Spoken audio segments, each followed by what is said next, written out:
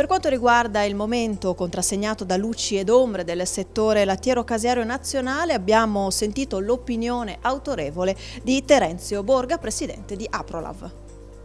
È pesantissimo, sappiamo che c'è una sovrapproduzione mondiale, europea in particolare, che comunque sta creando dei danni ingenti al nostro territorio per il semplice motivo che il latte in più lo riversano nelle nostre industrie. Purtroppo si sa da quando è mondo, quando c'è un eccesso produttivo l'Italia è il paese più appetibile e le eccedenze degli altri vengono a inficiare sui nostri mercati. Correttivi possibili?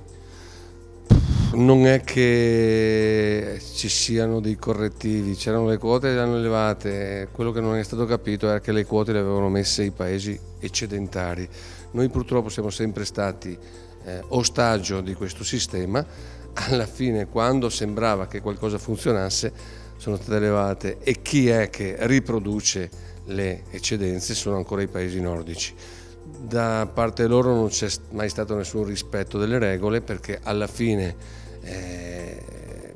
vediamo, hanno preso l'anno scorso il contributo per la dismissione della produzione, i nostri soldi sono andati a finire nelle loro tasche, a distanza di un anno sono ancora eccedentari. Non è che siamo noi che siamo importatori che ci dobbiamo mettere le regole dovrebbe mettere la comunità a chi effettivamente, a quei paesi che effettivamente creano i problemi. A tutela dei consumatori il discorso sull'etichettatura di origine? Credo che il consumatore debba andare a cercare il Made in Italy perché se tutti ce lo copiano ci sarà un motivo, anche sotto il punto di vista della sicurezza alimentare. È inutile che vengano a dire che dappertutto è uguale, non è vero perché siamo l'unico paese, lo ripeterò all'infinito, che non permette, intanto non abbiamo il transgenico, l'OGM e seconda cosa neanche permettiamo la pulizia del latte con battifuga e centrifughe, siamo gli unici dove il latte deve partire a posto con i parametri igienico-sanitari dai nostri tank di raffreddamento.